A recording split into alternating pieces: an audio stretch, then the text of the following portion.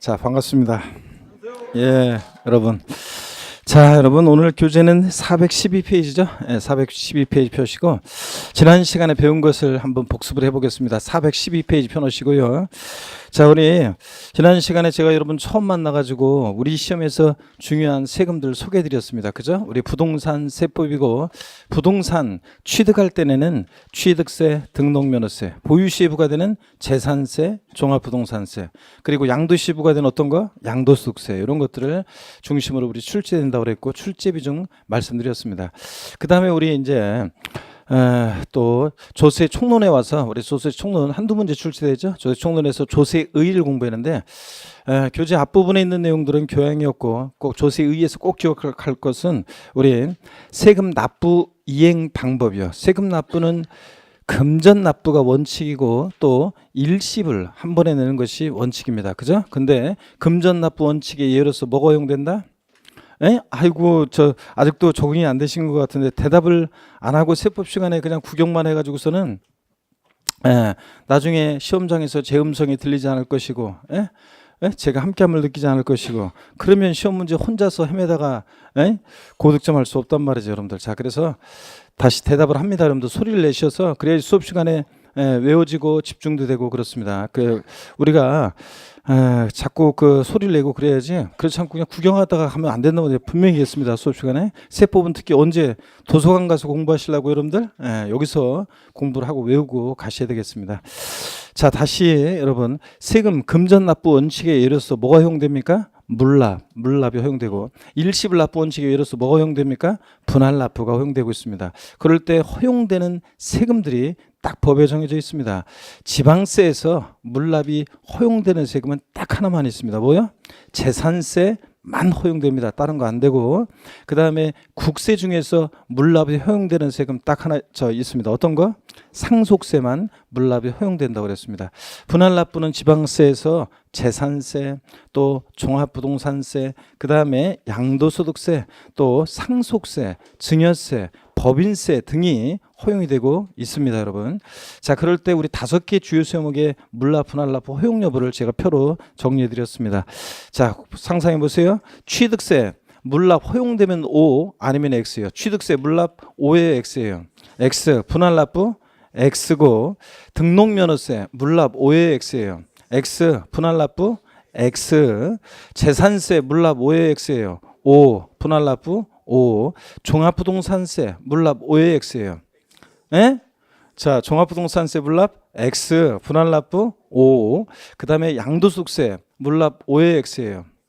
X. 분할 납부 O. 요거 여러분들, 그래서 종부세, 양도소득세는 물납은 허용되지 않고 분할 납부만 허용되고 있습니다. 아무리 꼬셔도 먹으면 안 돼요.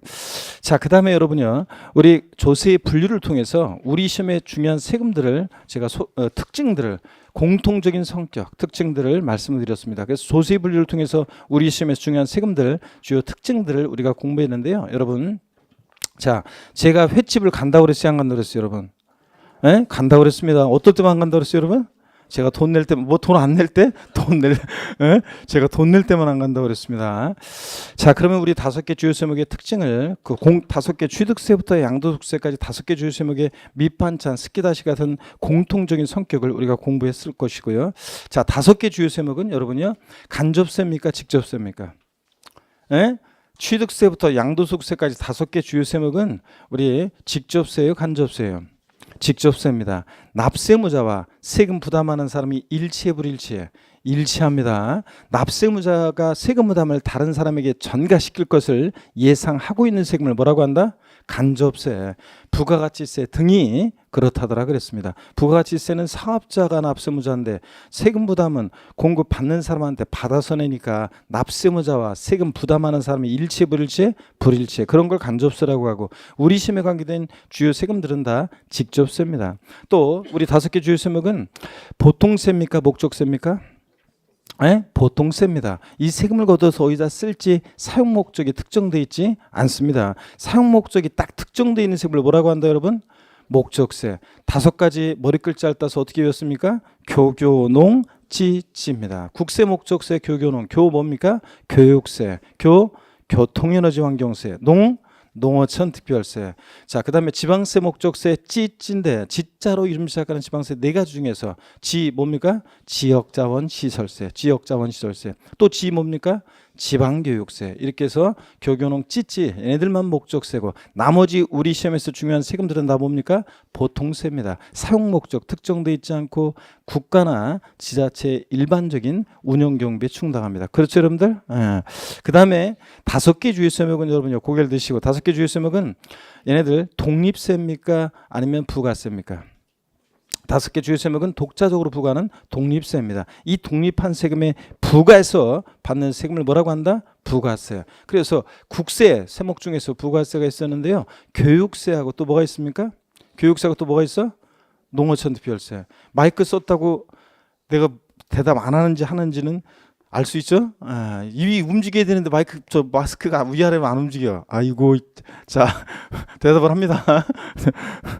그래서 교육 국세 중에서 목적세, 교육세하고 또 뭐가 있다? 농어촌 특별세.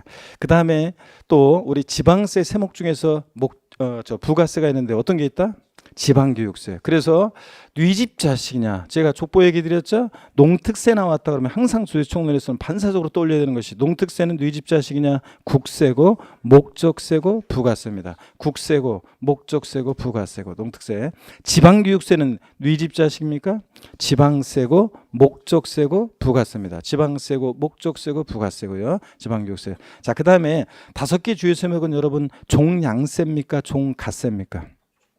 네? 종가세입니다. 가액과 금액에 따라서 세금 계산되는 종가세고, 종가세일 때는 세율은 정액세율 정도예요, 정률세율이 정도예요. 정률세율. 가액과 금액으로 과세 표준이 표시될 때 세율은 일정한 비율로, 그래서 정률세율이 정되고, 종량세. 자, 종량세는 주로 등록면허세에서 말소등기, 변경등기 같은 거 할 때 건당 6,000원 이렇게 계산이 돼요. 미리 말씀드리면 그 건수 과세 표준이니까 양이죠. 종량세. 세율이 일정한 6,000원 금액으로 정되니까 이럴 때 세율을 뭐라고 한다? 정액세율 정된다고 합니다. 그래서 종량세, 정액세율은 등록면허세의 일부 그런 것들이 그렇고요. 말소등기, 변경등기 같은 거 할 때 5개 주요 세목은 다 종가세고 정률세입니다. 그래서 우리 시험에 관계된 취득세, 등록면허세, 재산세, 종부세, 양도소득세는 공통적인 성격이 있는데 다 직접세고 보통세고 독립세고 종가세인 그런 세금이다. 그렇죠, 여러분들? 이런 특징이 있었고, 그래서 조세 분리를 통해서 주요 세금들의 특징을 우리가 공부했습니다. 자, 그 다음에 과세 주체에 따라서 우리가 국세와 지방세로 분류할 때 이게 국세 세목이나 지방세 세목을 처음에 외울 필요 없다고 그랬습니다. 부동산 세목을 중심으로 공부하다 보면 대충 다 알게 되죠. 자, 그럴 때 문제 풀 때 하여튼 국세만 고르라고 하는지 지방세만 고르라고 하는지 그걸 주의하시면 된다고 그랬고, 다만 지방세는 과세 주체를 세분화해서 알아두셔야 되는데, 자, 취득세 과세 주체는, 과세권자는 우리 머리 글자를 타서 어떻게 외웠냐면 특광도. 그죠? 특별시장, 광역시장, 도지사, 특광도. 물론 특별자치도나 특별자치시는 11개 지방세 세금에 다 과세 주체가 돼요. 그래서 다 과세 주체가 돼가지고 그건 뭐 당연히 그런 거니까 그냥 생략하고, 하여튼 특광도. 등록면허세는 과세 주체 누구라고 그랬습니까? 구도고. 그 다음에 재산세는 과세 주체 누구라고 그랬습니까? 시군구, 시장군수구청장, 시군구고 이런 거. 그 다음에 지자로 이름이 시작하는 지방세 4가지 중에서, 자, 요거까지는 아직 모르셔도 괜찮지만 지자로 이름 시작하는 4가지 중에서 지방 소득세라는 세금만 특광 시군이고, 나머지 지자로 이름 시작하는 애들은 다 뭐다? 특광 도입니다, 이게. 자, 아직까지는 뭐 요거 모르셔도 대답이 조금 나오시다가 점점 용두사미로 이렇게 몰라서 그런 거예요, 여러분들? 아니면 제가 이거 진짜 다른 곳에서 저 핸드폰으로 다른 곳에서 어떤 학원에서 대답 얼마나 잘하는지를 수업 시간에 어떻게 수업 시간, 세법 시간은 돼야 된다. 이걸 갖다가 이걸 녹음을 해가지고 저 핸드폰으로 녹음했다가 그걸 갖다 복습할 때 어떻게 복습하는지를 한번 보여드려야지. 원래 세법 시간 저렇게 해야 되는 거구나. 이렇게 알고 여러분들 할 것 같은데, 자, 시험에 떨어져가지고 내년 이맘때 낙엽 떨어진 거리를 쓸쓸히 전화도 안 받고, 뭐 저 같이 공부했던 동료들이 막 전화하고 그래도 전화도 안 받고 낙엽 떨어진 거리를 쓸쓸히 돌아다니는 것이 창피한 일이지. 물론 이제 뭐 집안에 무슨 일이 없고 무슨 일이 있거나 뭐 아프거나 그래서 공부 못하고 여러 가지 사정이 있어 떨어질 수도 있지만, 어쨌간에 그게 창피한 거지. 수업 시간에 대답하는 것은 창피한 게 아닙니다. 그래서 자꾸 틀리든 뭐하든 소리내서 저랑 같이 할 때는, 물론 그렇다고 해서 평상시에 혼자 중얼중얼 외우고 막 이렇게 하면은 수업할 때 그러면 방해되지만, 지금은 막 같이 소리내서 하시면서 외우시고, 그래서 집중력 유지하고 이렇게 해야 되겠습니다. 머릿속으로 쭉 본인 스스로 리마인드 해보시고요. 자, 계속 또 복습합니다. 우리 지난 시간에 있잖아요. 굉장히 중요한 걸 배웠어요. 징수 방법이요. 자, 이게 이제 징수 방법이 제가 지난 시간에 판소해드린 내용이 머릿속에 그려져 있어야지, 이렇게 순서가 그려져 있어야지 뒤에 강론에 넘어갔을 때 그것들이 절차들이 글로 이렇게 나왔을 때 그 글이 이해가 됩니다. 그런 거예요. 그래서 중요하고, 오늘 또 관계돼 있고, 그래서 반드시 여러분들이 아셔야 되고, 오늘 또 첫 강의, 혹시 여기 실강의 처음 듣는 분은 반드시 첫 주, 지금 한 번밖에 안 했어요. 첫 주 강의를 안 들으면 오늘 강의가 또 이해가 안 되고, 오늘 강의를 안 들으면 또 다음 강의가 이해 안 되고, 이렇게 돼 있어요. 그렇기 때문에 반드시 첫 강의를, 인강을 수강하시길 당부드리고요. 자, 그러면 징수 방법 상상해 보세요. 제가 판서 내용들. 자, 먼저요, 신고납부 방법이라는 게 있습니다. 신고납부 방법이라는 것은 1차적으로 누가 세금 계산한다고 그랬습니까? 납세무자가 계산해서 계산된 세금을 과세주에게 신고하고 신고된 세금을 납부하는 방식입니다. 그 신고 납부를 불성실했다. 그럼 어떤 죄를 받습니까? 가산세가 적용됩니다. 가산세가. 자, 가산세부터는 보세요. 납세무자가 이제 신고납부 안 했으니까 그대로 끝나는 게 아니라 과세권자가 다시 과세주체가 세금 계산해서 요 가산세 합한 금액에다가, 자, 그래서 가산세 예를 들어서 20만 원 계산됐어. 과세권자가 다시 계산한 세금이 100만 원이야. 그럼 합해가지고 가산세 합해서 납세 고지서를 발부해서 징수합니다. 그 고지서를 받고서 세금을 미납부했다. 자, 나쁘게 않네. 그럼 어떤 죄를 받는다? 가산금이 적용됩니다. 이렇게 원칙 신고 납부하는데 예외적으로 가산세부터는 고지서를 통해서, 즉 보통징수 방법으로 도 징수할 수 있는 그런 세금들이 있습니다. 어떤 게 있냐? 취득세, 지방세에서. 그 다음에 등록면허세, 지자로 이름 시작하는 지방세 4가지인데 그중에서 오늘은 하나만 잘 기억하면 돼요. 이번 순환은 지역자원시설세 특정자원분. 지역자원시설세 특정자원분은 신고납부 원칙입니다. 취득세, 등록면허세, 또 지역자원시설세, 특정자원분, 이런 것들. 제 강의 특징은 이렇게 해놓고 이제 여기서 다음 1, 2월, 3, 4월 되면 여기서 이제 하나씩 이제 더 붙여서 외워가는 거예요. 그래서 너무 한 번에 다 외우라고 하면 좀 그러니까 개수를 줄여서 외우다가 순환은 거듭을 쓰고 하나씩 추가해서 이제 몇 개씩 추가해서 더 늘어납니다. 어떤 간에, 자, 이렇게 해서 취득세, 등록면허세, 지역자원시설세, 신고납 특정자원분은 신고납부 원칙이고, 그 다음에 국세에서는 소득세, 양도소득세 포함해서 소득세, 법인세, 부가가치세 등등 신고납부합니다. 그렇죠, 여러분들? 예. 종합부동산세도 고지서 날라온 거 휴통에 버리고 신고납부 선택하면 신고납부할 수도 있다고 그랬습니다. 종합부동산세도. 그 다음에 우리가 과세주체요. 자, 세무공무원이 세금 계산해서 납세무자에게 납세 고지서를 발부해서 징수하는데 그 고지서에 기재된 나쁘지 않네 세금을 미납부했다. 자, 어떤 죄를 받습니까? 가산금이 적용됩니다. 이렇게 보통 징수하는 지방세가 있는데 이번 순환 딱 2가지만 알면 돼요. 어떤 거요? 고지서 날라오는 지방세, 어떤 거? 재산세. 그 다음에 또 친구 항상 재산세 하면 몰라 불안하면 안 따라다니고 나머지는 다 그냥 옆에 따라다니는 애가 있습니다. 누구요? 예? 지역자원시설세, 특정부동산분, 특정부동산분, 지역자원시설세. 자, 재산세. 얘네들은 보통 징수합니다. 등등. 그 다음에 국세에서 정부 부과가세하는 국세가 있습니다. 어떤 게 있습니까? 종합부동산세. 그 다음에 상속세, 증여세. 자, 지금 저 생각이 안 났으면은 까먹었었으면 지금 다시 또 외우시면 돼요. 종합부동산세, 상속세, 증여세는 정부 부과세입니다. 종합부동산세는 정부 부과가세 방법으로만 징수한다. OX요. X입니다. 원칙은 정부 부과세인데 고지서 휴통에 버리고 신고납부를 선택하면 납세무자가 신고납부할 수도 있다 그랬습니다. 그래서 29회 시험에 요거 알고 있는지 물어봤었는데, 종합부동산세는 원칙은 고지서를 통해 징수되니까 가산금에 관한 규정이 적용되지만 신고납부를 선택했을 때는 가산세에 관한 규정이 적용될 수도 있습니다. 종합부동산세. 재산세는 보통징수 방법으로만 징수한다. OX예요. OX예요. 맞습니다. 재산세 여러분 내년에 이제 재산세 고지서 날라왔는데 내가 그래도 이제 세법 공부했는데 이제 우리 집 재산세 내가 계산한다. 저 여기 20대 수강생들 엄마 아버지 걱정 마세요. 올해부터 내가 우리 집 재산세 내가 계산할게. 된다 안 된다? 안 된다 그랬습니다. 자, 재산세는 보통징수 방법으로 만징수되고 어떤 경우에도 뭐만 가상금만 적용되지 가산세가 적용될 수 없는 조세다 그랬습니다. 제가 분명히 그랬어요. 나중에 문제에서 재산세 문제에서 뭘 안 했다고 가산세 적용된다 그런 지문 나오면 무조건 뭐다? 틀립니다. 재산세는 가산금만 적용되고 가산세가 적용될 수 없는 조세다. 이런 것도 말씀드렸고요. 자, 여기까지 우리가 지난 시간에 근데 하나만 더요. 우리가 특별징수 고개를 들어보세요. 특별징수 또 지방세에서 특별징수라고 하는 것을 똑같은 얘기를 국세에서 뭐라고 한다? 원천징수 방식 말씀드렸습니다. 지방세나 국세에 있어서 징수에 편의가 있는 자로 하여금 세금을 징수해서 납부하게 하는 방식을 뭐라고 한다? 지방세에서는 특별징수. 똑같은 얘기를 국세에서 뭐라고 한다? 원천징수 그랬습니다. 자, 그래서요.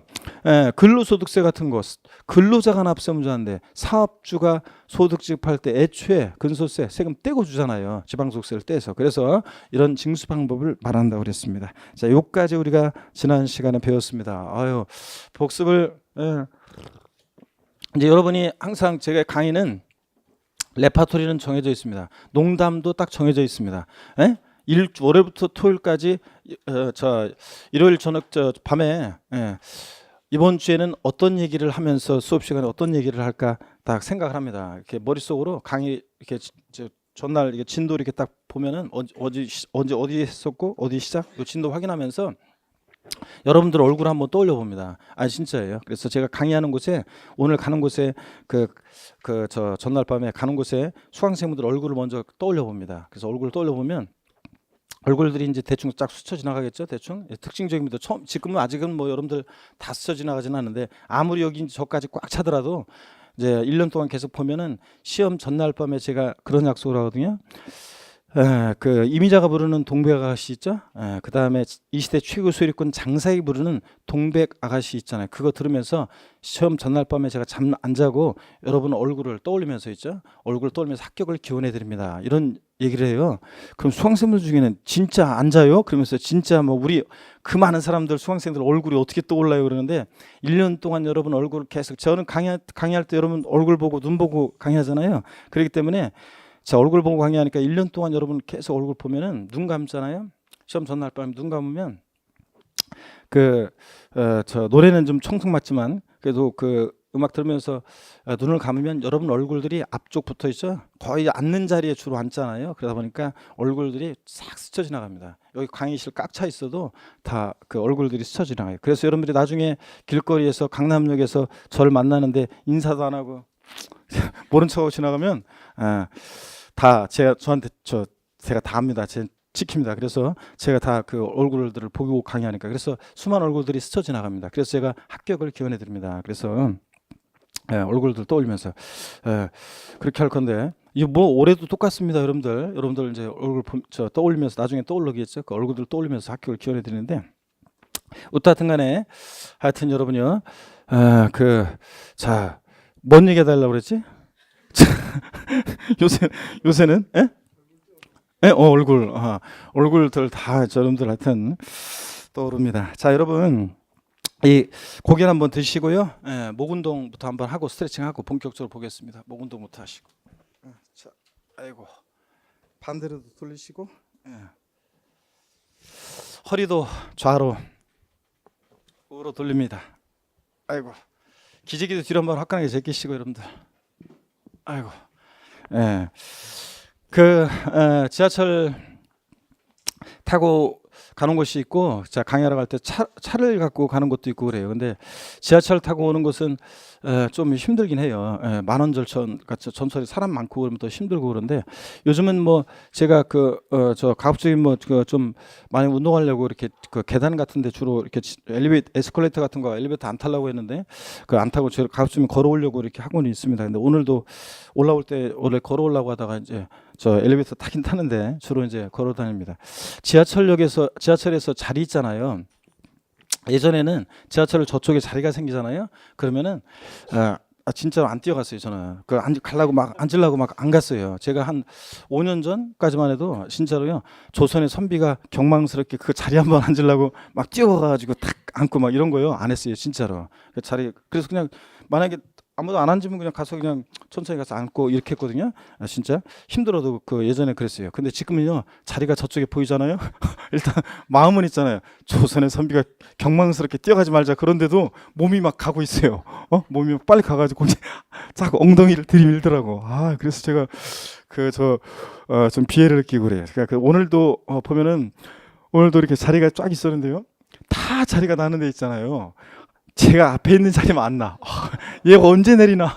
얘 얼굴만 보면서 앞에 있는 사람 얼굴만 보면서 야, 언제 내리나 그런데 강남역에서 같이 내리더라고.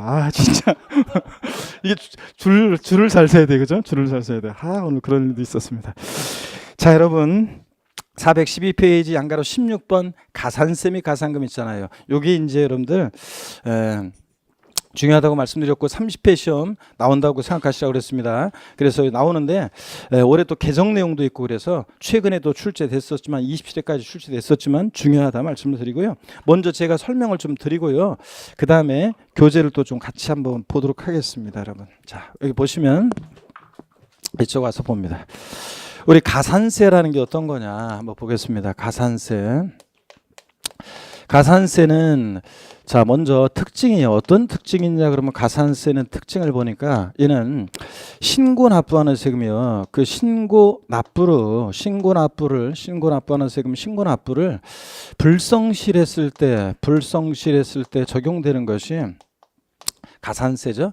자, 그런데 이 가산세는 또요, 그 신고 납부 의무 불성실에 대한요, 벌과금적. 그래서 학자들이 그래요. 벌과금적 성격으로 부과한다. 그 의무 불이행에 대한 벌과금적 성격으로 부과한다. 또는 행정벌정, 성격으로 부과한다. 이렇게 얘기합니다. 벌과금적 성격으로 부과한다. 자, 그 다음에 가산세는 있잖아요. 얘는 조세에 포함한다고 그랬어요? 안 한다고 그랬어요? 이건 지난주에 배웠어요. 가산세는 조세에 포함해야 안 해요? 예? 지난주에 배웠는데 아까도 복습했는데요. 가산세는 조세에 포함해야 안 해요? 예를 들어서 신고납부 불성실해서요. 자, 20만 원 가산세부터 계산됐어요. 예를 들자면 그럼 과세권자가 다시 계산한 세금이 100만 원이면 요 가산세 20만 원 합해서 얼마 내라고 고지서 보냈어요? 120만 원 내라고. 그러니까 가산세는 조세에 어떻게 한다? 포함을 시킵니다. 자, 그런데요. 그런데 자, 가산금은요.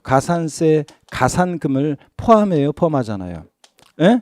가산세에는 가산금이 포함되어 있지 않다고 그랬습니다. 우리 징수 순서를 머릿속에 그리고 있어야 돼요.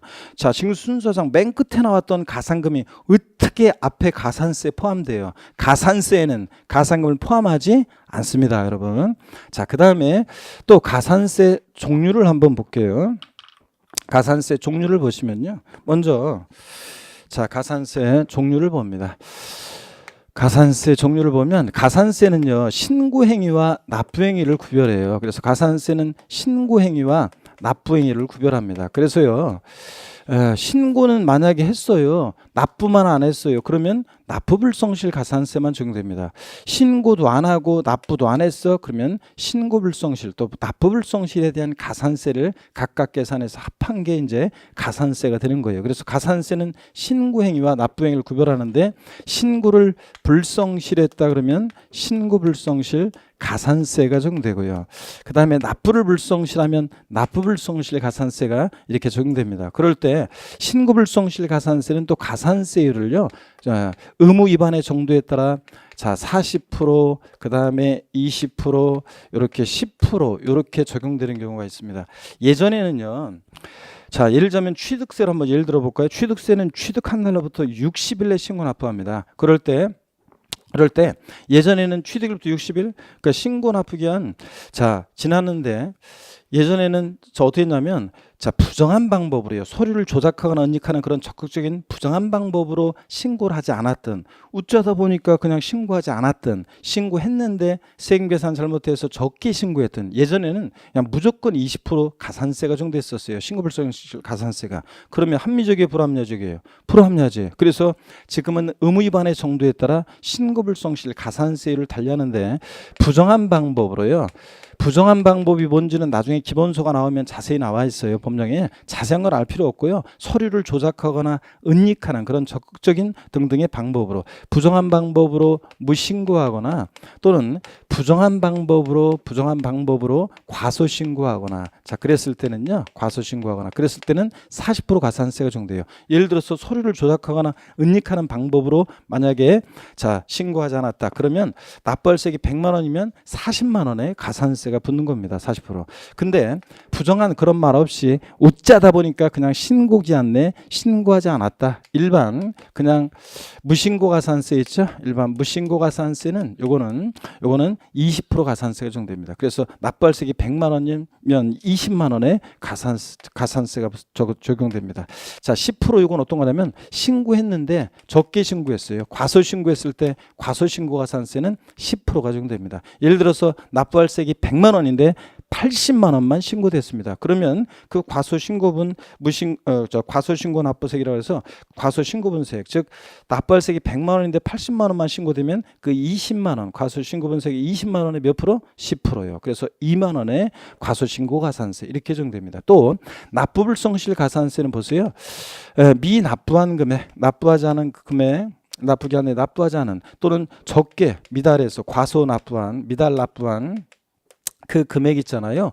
요 금액에다가 올해까지는 이제 1만 분의 3, 즉 0.03% 율이 적용됐었는데 이게 내년부터 이제 바뀝니다. 그래서 이게 이제 내년부터는 0.025%예요. 10만 분의 10만 분의 25. 그래서 0.025%로 바뀌어요. 내년부터. 그래서 0.05% 여기다가 미납 일수를 곱해요. 미납 일수가 20일이다 납부기 한 지나서 그럼 20을 곱합니다. 그러면 이걸 한마디로 하니까 납부불성실 가산세는 보세요. 이런 거예요. 신고행위와 납부행위 구별했을 때 취득일로부터 60일 하루만 딱 지나도 그 다음날 헐레벌떡 뛰어가서 내더라도 일단 신고기한 내 신고하지 않았으니까 그러니까 신고불성실 가산세 의무 위반의 정도에 따라 40%나 20% 10%를 깔아놓고 그 다음에 안 내요? 그럼 하루하루 지날 때마다 1일 하루하루 지날 때마다 1일 0.025%씩 이제 납부불성실 가산세가 적용됩니다. 이렇게 자 그래서 하루하루 지날 때 그거요. 신고기한 하루만 딱 지나도 일단 신고기한 내 신고하지 않았으니까 신고불성실 가산세 깔아놓고 하루하루 지나면 이제 0.025%씩 납부불성실 가산세가 적용됩니다. 이게 합한계 가산세예요. 그럴 때 납부불성실 가산세는 있잖아요. 이 납부불성실 가산세는 지방세 같으면 최대 요게 75% 한도 내에서 75% 한도 내에서만 최대 한도 내에서 적용될 수 있도록 하고 있습니다. 납부불성실 가산세는 끝까지 버티면 최대 몇 프로까지? 75%까지 자 미납부 미달납부한 세액의 최대 75% 한도 내에서 적용될 수 있습니다. 자 이렇게 해서 제가 가산세 다 소개해드렸고요. 자 설명드린 내용을 교재를 통해서 한번 보겠습니다. 자 412페이지 양가로 16번 가산세 및 가산금에서 동그라미 1번 가산세입니다. 의의어 세법에서 규정하는 의무의 성실한 이행을 확보하기 위해서 의무를 이행하지 아니할 경우에 세법에 따라 산출한 세액의 가산해서 징수하는 금액을 말한다. 그래서 신고납부하는 세금 신고납부 불성실했을 때 자 그 산출한 세액의 가산해서 징수하는 금액이요. 자 그래서 과세권자가 다시 계산한 세금이 100만 원, 가산세 20만 원 합해서 부과합니다. 다만 밑줄입니다. 여기 가산금은 이에 포함하지 아니한다. 그래서 여러분들 가산세에는 가산금을 포함하지 않는다고 그랬습니다. 밑줄이고요. 가산세는 신고납부 의무를 불행에 대한 벌과금적 성격으로 부과하지만 과태료나 벌금과는 구별된다. 여러분 조세 총론 조세에 의해서 우리 벌금이나 과태료 과료는 조세가 아니라고 그랬습니다. 국가나 지자체에서 부과하지만 얘네들은 벌금이나 과태료 부과하는 목적이 법 위반 행위에 대한 오로지 제재 목적을 두고 부과하기 때문에 조세라는 것은 재정 수입 조달 목적 등으로 부과하는 건데 재정 수입 조달 목적 등과 관계가 없기 때문에 벌금, 과태료, 과료는 조세가 아니라고 그랬습니다. 근데 가산세는 조세가 됩니다. 그래서 가산세는 보통 징수 방법으로 부과 징수한다. 그렇죠? 고지서를 통해서 불성실했다. 가산세 20만 원부터 딱 과세권자가 다시 계산한 세금이 100만 원 합해서 120만 원이라고 고지서 보내니까 가산세부터는 보통 징수 방법으로도 징수할 수 있다. 그래서 여러분들 지난주에 배운 걸 떠올려야 돼요. 이거. 자, 그 다음에 413페이지 봅니다. 구분 그래서요. 신고행위와 납부행위를 구별해서 신고를 불성실하면 신고 의무 위반의 정도에 따라 신고 관련 가산세를 40%, 20%, 10%가 적용되며 납부를 불성실하면 납부 불성실가산세는 1일 얼마? 0.025%씩 가산된다는 거. 자, 쭉 여러분들이 저 밑줄 그으시고 가산금 보겠습니다. 이 가산금에 대한 게 어떤 건지 이것도 자 한번 말씀을 드리는데요. 이것도 한번 제가 몇 가지만 정리 드리고 한번 볼까요, 여러분들? 가산금입니다. 가산금. 자 보시면 가산금이라는 것은 어떤 거냐? 가산금 봅니다. 가산금은 얘 어떤 특징이 있냐면 특징이에요. 가산금의 특징은 먼저 얘는 과세권자가 세금 계산에서 고지서를 발부해서 징수할 때 납부기한 있죠. 고지서에는 납부기한 내에 세금을 미납부했을 때 적용되는 게 뭐냐면 가산금입니다. 가산금은 자 얘는 제때 납부하지 않은 것에 대한 연체 이자적 성격이 있어요. 그래서 연체 이자적 성격으로 부과한다고 학자들이 얘기해요. 아까 가산세는 신고 납부 의무 불성실에 대한 벌과금적 성격으로 부과하는데 얘는 연체 이자적 성격으로 부과한다고 하고요. 가산금은 결론부터 말씀드리면 얘는 조세에 포함시키지 않습니다. 연체 이자적 성격으로 부과하기 때문에 조세에 포함시키지 않아요. 아까 가산세는 저기 보니까 조세에 어떻게 한다? 포함시켰잖아요. 이런 차이점이 있습니다, 여러분. 그 다음에 자 종류를 보시면 자 가산금의 종류를 좀 보겠습니다. 가산금의 종류는요 학자들이요 이렇게 나눠요. 자 고지서에 기재된 납부기한이요. 예를 들어서 고지서에 기재된 납기가 7월 16일부터 7월 31일까지였는데 7월 31일 하루만 딱 지나도요. 고지서 바꿔서 7월 30일 딱 지나가서 막 뛰어가서 내더라도요. 일단 하루만 딱 지나도 자 일반 가산금과 중가산금이라는 거 나눠져요. 가산금을 일반 가산금과 학자들이 또 중가산금이라는 것으로 나눠지는데 중가산금. 그래서 일반 가산금은요. 고지서에 기재된 납부기한 하루만 딱 지나도 체납세액에 3% 적용합니다. 딱 하루만 지나도. 그래서 자 고지서에 기재된 납부세액이 고지서액이 100만 원이었다 그러면 하루만 딱 지나도 얼마요? 3만 원 깔아놓습니다. 그리고 이제 계속 안 내면 가산금을 무겁게 하는 중가산금이라는 게 적용되는데 얘는요 납기 후 납부기한 지나서요 매 1월 한 달씩 경과할 때마다 매 1월 자 경과 시마다 자 얼마씩 적용되냐면 요게 이제 올해까지는 1,000분의 12 그래서 1.2%씩 자 중가상금 적용되는데 이제 내년도에 바뀌어요. 그래서 이것도 바뀝니다. 0.75%씩 이제 0.75%씩 가산합니다. 가산금. 자 그래서 한 달씩 지날 때마다 0.75%씩 자 중가상금 적용되고요. 0.75%씩 적용되고 그 다음에 얘 끝까지 버티잖아요. 평생 따라붙는 것은 아니고 가산금, 중가산금은 60개월에 한해서만 중가산금이 적용됩니다. 자 그러면 이런 얘기 한번 보겠습니다. 그래서 중가산금은 그럼 보세요, 여러분들. 내년부터는 0.75%씩 자 한 달씩 지날 때마다 붙어요. 끝까지 버티면 평생 따라붙는 것은 아니고 60개월이니까 5년이죠. 1년을 뚫려면 그러면 자 0.75% 곱하기 60이니까 중가상금은 최대 몇 프로까지 적용될 수 있냐면 최대 자 몇 프로까지 적용될 수 있다는 얘기예요? 예? 45%까지 적용될 수 있고요. 일반 가산금 3%가 합치니까 최대 가산금은 아이고 이쪽에 써야겠구나. 가산금은 최대 그러니까 자 몇 프로까지 적용될 수 있습니까, 여러분? 최대 48%까지 이렇게 적용될 수 있다는 뭐 그런 얘기입니다. 자 이렇게 해서 이런 얘기들 교재 한번 보겠습니다. 413페이지 보니까 동그라미 2번 가산금입니다. 의의를 보니까요. 조세를 납부기한까지 납부하지 않을 때 자 세법에 따라 고지세액에 가산해서 징수하는 금액 이걸 이제 학자들이 일반 가산금이라고 하고요. 납부기한이 지난 후 일정 기한까지 납부하지 않을 때 계속 안 내고 버티면요. 그 금액에 일반 가산금에 다시 가산해서 징수하는 금액을 말합니다. 가산금은 본세가 아닌 연체력 성격을 부과하기 때문에 밑줄이고요. 가산금은 조세에 포함하지 않는다고 그랬습니다. 밑줄이요. 그 다음에 구분 보니까 가산금의 종류를 보니까 일반 가산금이요. 납부기한이 경과하는 날부터 체납된 조세 밑줄입니다. 100분의 얼마? 3%. 하루만 딱 지나도 그냥 무조건 3% 적용합니다. 자, 상당한 가산금을 징수하고 그 다음에 중가산금이요. 자, 체납된 조세를 납부하지 아니할 때 납부기한이 지난 날로부터 미출입니다. 매 1개월이 지날 때마다 매출 체납된 조세 1만 분의 75니까 0.75%요. 0.75% 상당한 가산금을 일반 가산금에 더해서 징수합니다. 매출이고요. 자, 그다음에 이 경우 중가산금을 가산해서 징수하는 기간은 몇 개월이요? 60개월을 초과하지 못한다. 매출이요. 자, 그래서 끝까지 버티면 60개월까지만 적용됩니다. 그래서 0.75% 곱하기 60 하면 이게 이제 중가산금은 최대 45%까지, 일반 가산금 3% 합치니까 가산금은 체납세액의 최대 75%, 옛날 올해 규정이 자꾸 올해 게 입에 배가지고 튀어나오네. 최대 48%까지 이렇게 적용될 수 있다, 그런 얘기입니다. 자, 그 다음에 그 두 번째 또 점을 보니까요. 두 번째 그 내용 보니까 중가상금 체납된 납세 고시별 세액이 국세는 100만 원, 지방세는 30만 원 미만일 때는 적용하지 아니한다. 밑줄이요. 자, 그러면 고개를 들어보세요. 질문 드립니다.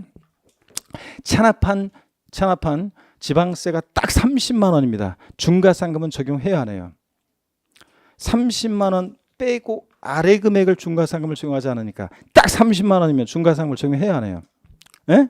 합니다. 국세 딱 체납한 국세가 100만 원이면 중가상금을 적용해야 하네요. 합니다.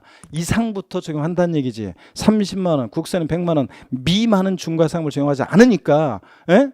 지방세는 30만 원, 국세는 100만 원 이상부터 중가상금을 적용한다는 얘기잖아요, 여러분들. 요거 세법은 요거 잘 알아주셔야 됩니다. 자, 그다음에 그 뒤 뭐 병기되어질 때 뭐 이런 건 지금 신경 쓰지 말고요. 동그라미 디귿번 자 봅니다. 살짝 그냥 뭐 밑줄입니다. 국가와 지자체에 대해서는 가산금을 징수하지 아니한다. 당근이지. 뭐 국가나 지자체가 지들끼리 조금 늦었다고 그래서 기관들끼리 조금 늦었다고 세금 갖다가 가산금 낼 수는 없잖아요. 국가나 지자체에 대해서는 가산금에 관한 규정은 적용하지 않습니다. 어떤 수강생분이 저한테 물어봤어요. 그러면 교수님, 그 가산세도 그럼 국가나 지자체에 대해서는 가산세 규정도 적용되지 않겠네요. 자, 여러분요, 요거는 애초에 말이 안 되는 게 우리 법에요, 국가나 지자체가 자기가 자기한테 애초에 세금을 셀프 신고 납부하라고 하는 규정이 애초에 있겠어요, 없겠어요? 애초에 없는 거지. 그건 말이 안 되는 거지. 아니, 국가나 지자체가 자기가 자기한테 세금 내라고 하는 규정이 있겠어요, 없겠어요? 없지, 애초에. 그러니까 가산세에 관한 그 얘기는 애초에 성립이 안 되는 거고, 하여튼 국가나 지자체에 대해서는 가산금액을 규정은 적용하지 않습니다. 뭐 그런 얘기들. 이렇게 해서 우리가 가산세, 가산금에 관한 얘기, 특징과 종류를 제가 다 소개해드렸습니다. 이것은 반드시 여러분들이 알고 있어야 되는 그런 얘기입니다. 이거는 시험장 갈 때까지 계속 수없이 반복할 얘기고요. 꼭 알고 있어야 되고. 그 다음에 나머지 용어들, 자, 413, 414, 자, 415페이지 여러분들이 그냥 읽어봅니다. 양가로 29번 특수관계인 이렇게 나오는데 그냥 읽어보시는 거예요. 이것도 그냥 친족관계 등이 있거나 아니면 경제적 연관관계가 있거나 경영지배관계가 있을 때 우리가 특수관계인이라고 하는데 읽어보시고요.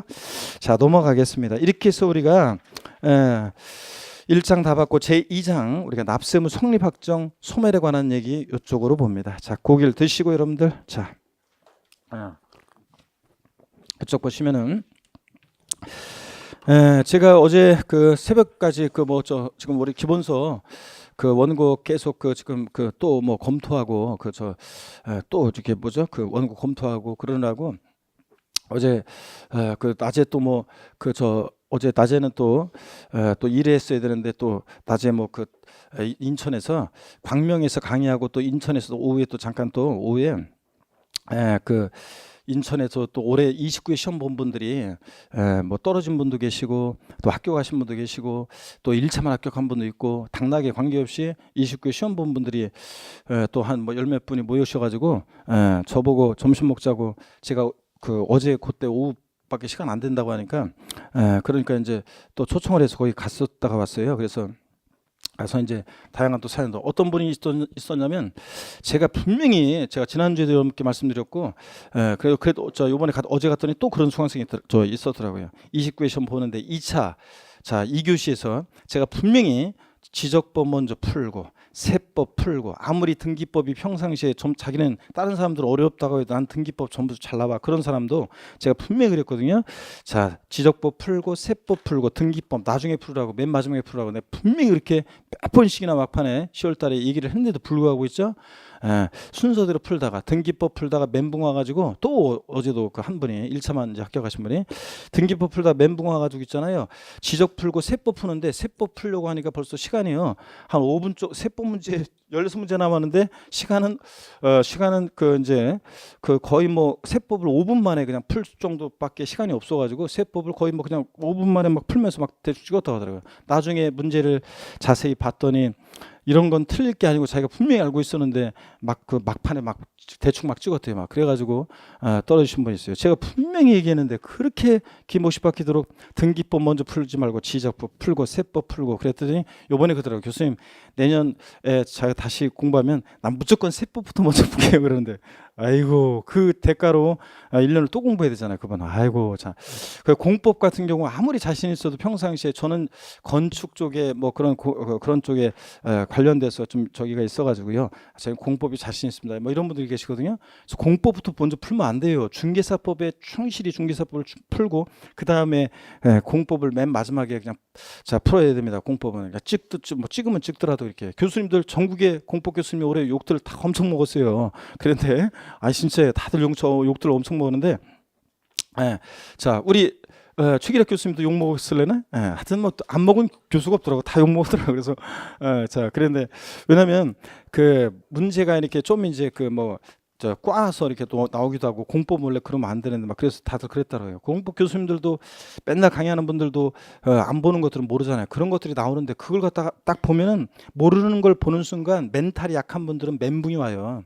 딱 까매지면서 갑자기 그냥 식은땀이 그냥 등골을 쫙 타고 올라오면서 눈은 갑자기 까매지고 뭘 읽어도 그 다음부터 읽어도 이게 의미가 저 해석이 안 되고 그냥 눈으로 보면서 막 몇 번씩 읽게 되고 이럽니다. 그래서 멘탈이 무너져가지고 떨어진 분들 있고 자 그랬습니다 이번에도.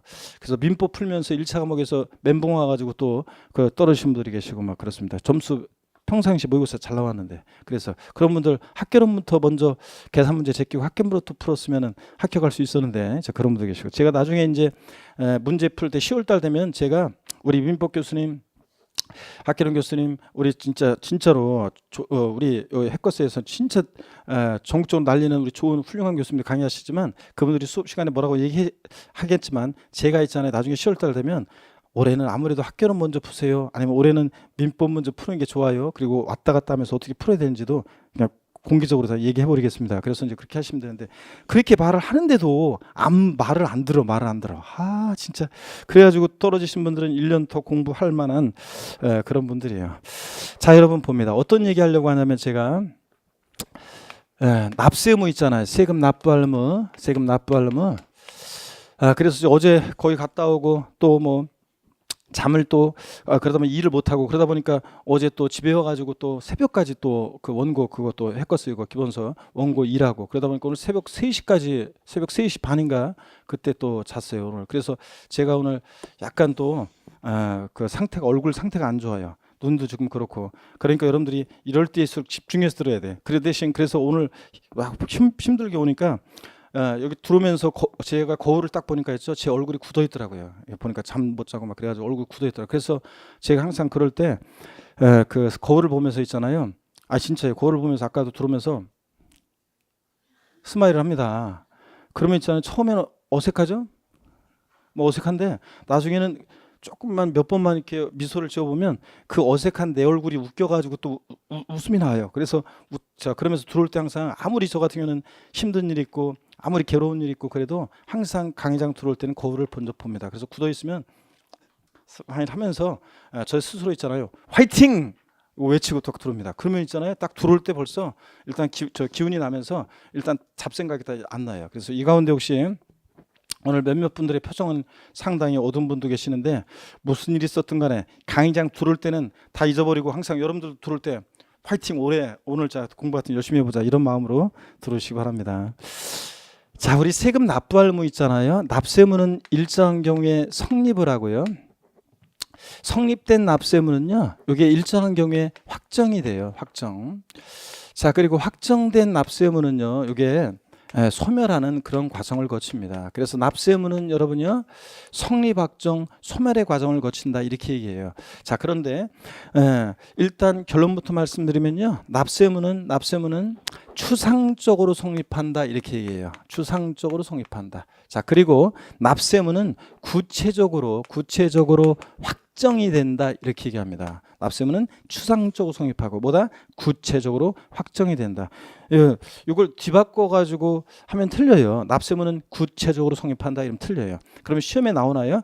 시험에는 안 나와요. 학자들이 법령에 이렇게 구별한 게 아니라 학자들이 납세의무는 추상적으로 성립하고 구체적으로 확정이 된다. 그래서 뭐 모의고사 이걸 내는 사람도 있더라고요. 근데 시험에는 안 나와요.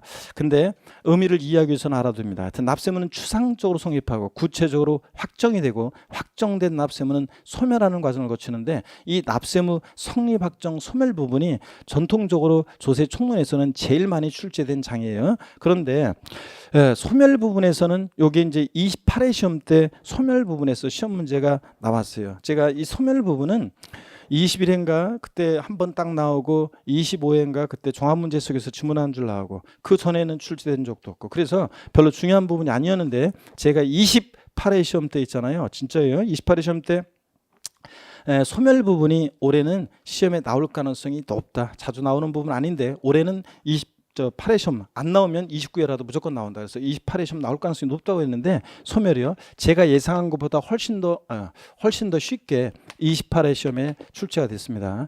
그래서 제가 29회 시험에서는 소멸 부분은 또 독립한 문제로 나올 가능성은 낮다. 근데 종합 문제 속에서 지문 한 줄 나올 수는 있고 깊은 내용이 그렇지만 독립한 문제로 출제 가능성은 낮고 올해는 성립과 확정이 출제 가능성이 높다 제가 얘기했는데 역시 성립식이 29회 시험에서 나왔습니다. 정답은 맨날 한 거 이따가 여러분이 보겠지만 쉬운 거. 자, 문제 보고 바로 그냥 답 고를 수 있었던 낯선 것들이 있었지만 답은 쉬웠습니다. 그래서 29회 시험 출제가 됐습니다. 자, 그러면요.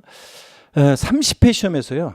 납세의무 성립 요 부분에서 시험 문제가 또 독립한 문제로 나오면 제 손에 장을 집니다. 뭐 이런 말은 난 절대 안 해요. 세상이라는 거 알 수가 없어요. 그래서 이 성립 부분에서 시험 문제가 30회 시험에서는 독립한 문제로 나올 가능성은 안 나온다는 분명히 얘기 안 했어요. 오늘 분명히 얘기합니다. 나올 가능성이 굉장히 낮아요. 그래서 독립한 문제로는 자 그래서 30회 시험에서는 확정이 중요하고요. 그 다음에 소멸 부분은 독립한 문제보다는 종합 문제로 나온다 그러면 소멸 부분을 출제자가 출제하고 싶다 그러면 깊은 내용 출제될 게 있긴 있어요. 종합 문제 속에서 지문 한두 줄 이렇게. 그래서 이런 식으로 성립, 확정, 소멸이 올해 30회 시험 대비해서는 이제 이렇게 중요도가 나눠집니다. 작년에는 성립, 확정 요거 별표시 3개였었는데 자 올해는 이렇게 나눠집니다. 자 그러면 납세의무는 추상적으로 성립하고 구체적으로 확정이 되고 소멸하는 과정을 거친다고 하는데 이게 어떤 얘기인지 구체적인 예는 한 번에 쭉 요 설명을 다 드려야 되기 때문에 시간이 좀 애매해요. 그래서 요거는 잠시 쉬었다가 제가 성립, 확정, 소멸에 관한 얘기를 쭉 소개해 드리도록 하겠습니다. 잠깐 쉽니다, 여러분.